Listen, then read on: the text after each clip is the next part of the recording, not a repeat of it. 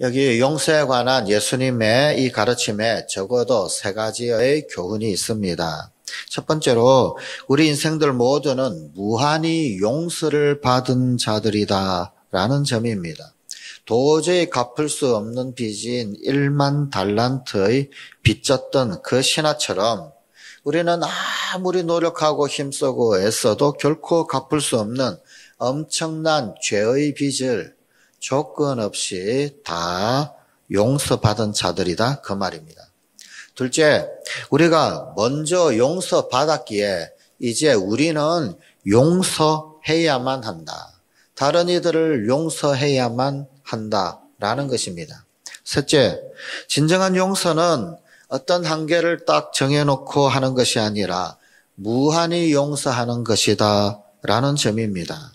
다시 말하면 예수님께서 7번을 70번까지라도 라고 하는 그 횟수를 정하신 본래의 뜻은 491번째 그때는 용서 안 해도 된다 그런 뜻이 결코 아닙니다. 무한히 용서해야 한다라고 하는 말뜻입니다.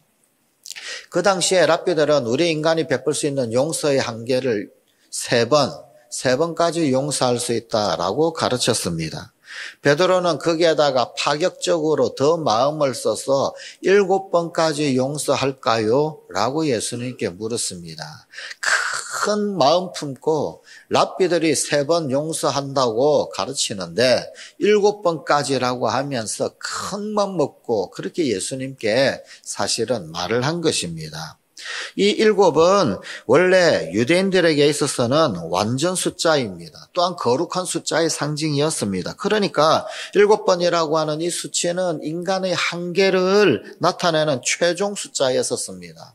그런데 이어지는 예수님의 대답은 베드로를 크게 한 방 먹인 그런 대답이었습니다. 7번뿐 아니라 7번을 70번까지라도 할지니라. 자, 이 대답을 통해서 예수님께서 말씀하시려고 한 것은 용서란 주판을 튕기듯이 그렇게 숫자 세어가며 계산하며 하는 것이 아니다라는 것입니다. 베드로는 그냥 억지로 최대한 억지로 선심을 써서 7번 참아줄 수 있다. 그런 현재를 물었습니다. 거기에 대하여 예수님은 그것을 뛰어넘는 무상으로 베푸는 자비심의 경지로 답을 하셨던 것입니다.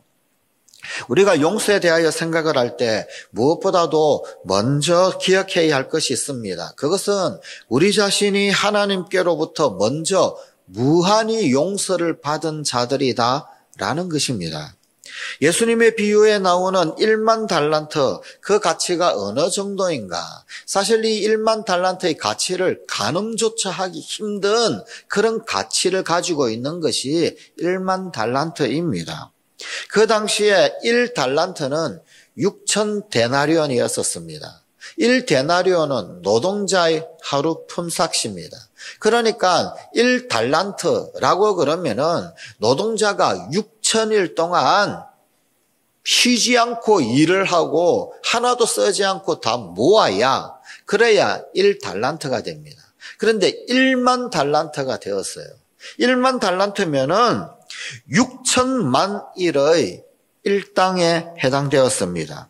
이것을 연수로 환산을 해보니까 16만 4,384년 16만 4,384년 동안 하루도 빼놓지 아니하고 열심히 일하고 그것을 한 푼도 쓰지 아니하고 다 모아야 만들 수 있는 금액이 1만 달란트입니다.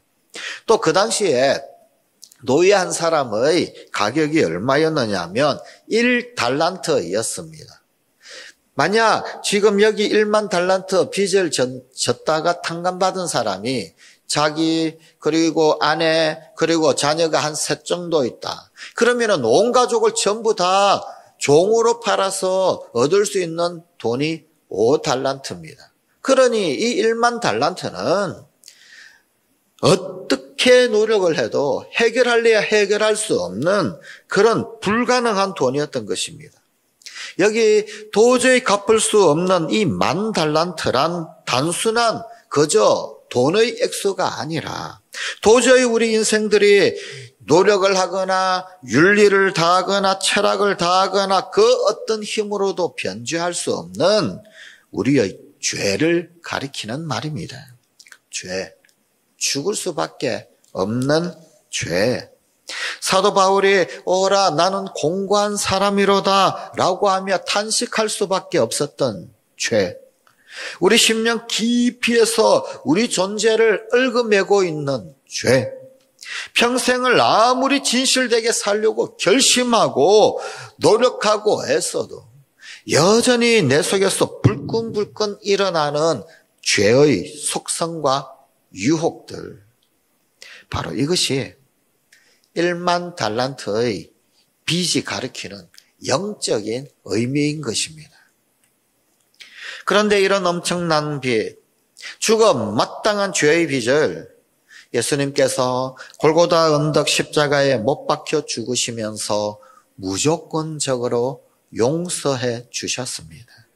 갚아 주셨습니다. 예수님께서 십자가 위에서 마지막으로 외치셨던 말씀 중에 하나, 다 이루었다. 테텔레스타이라고 하는 말. 그런데 이 말이 상업 용어였습니다. 이 테텔레스타이, 다 이루었다. 무슨 뜻이냐면 상업적 용어로는 그 빚이 다 갚아졌다. 그런 뜻입니다. 죄의 빚을 다 갚았다. 그렇습니다. 주님이 우리의 모든 허물과 죄를 십자가에서 짊어지시고 그 모든 빚을 다 갚아주셨습니다.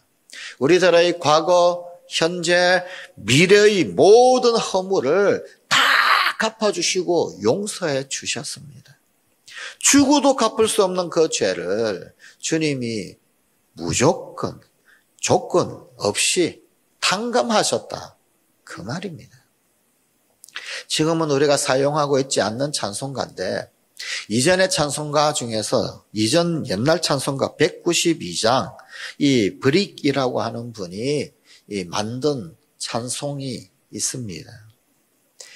영원히 죽게 될 내 영혼 구하려 주께서 십자가 지셨네.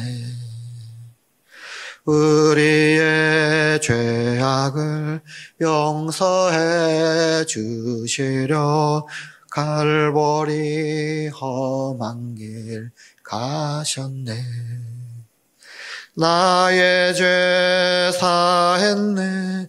나의 죄 사했네. 주님이 지신 십자가로 우리 주 예수님 날 대신하시고 죄 없이 십자가 지셨네. 이 같은 사랑받은 나는 어떻게 살아야 할까요? 용서받았으니 용서해 주어야 합니다. 이 영어로 용서는 forgive라고 하는 단어를 씁니다. for, 위에서, give, 주다. 그런 뜻입니다. 용서는 그를 위하여 그냥 주는 것을 용서라고 합니다. 용서의 또 다른 영어 단어 pardon이라고 하는 단어가 있습니다. pardon의 don, don은 라틴의 돈눔이라고 하는 말에서 온 말입니다. 그럼 돈눔이란 무슨 말입니까? 이 말은 원래 선물을 의미하는 뜻입니다. 그러니까 용서는 그저 무조건 베푸는 것이 용서라는 겁니다. 그를 위해서 그냥 주는 것, 선물로 주는 것, 그것이 용서라는 말입니다. 그리고 이것이 우리 그리스도교의 정신입니다. 하나님은 우리의 산더미 같은 빚을 다 탕감해 주셨는데 거기에 비하면 다른 사람이 우리한테 한 잘못은 개미집 정도도 되지 않지 않습니까? 하나님께 받은 그 큰 용서를 생각할 때 어떻게 서로 용서하지 않을 수 있겠습니까? 용서는 우리 그리스도인의 본질에 속한 것입니다. 그래서 C.S. 루이스는 이런 말을 남겼습니다. 그리스도인이 된다는 것은 용서할 수 없는 죄를 용서하는 것을 말한다. 하나님이 용서받을 수 없는 우리 죄를 사하셨기 때문이다. 기도하십시다.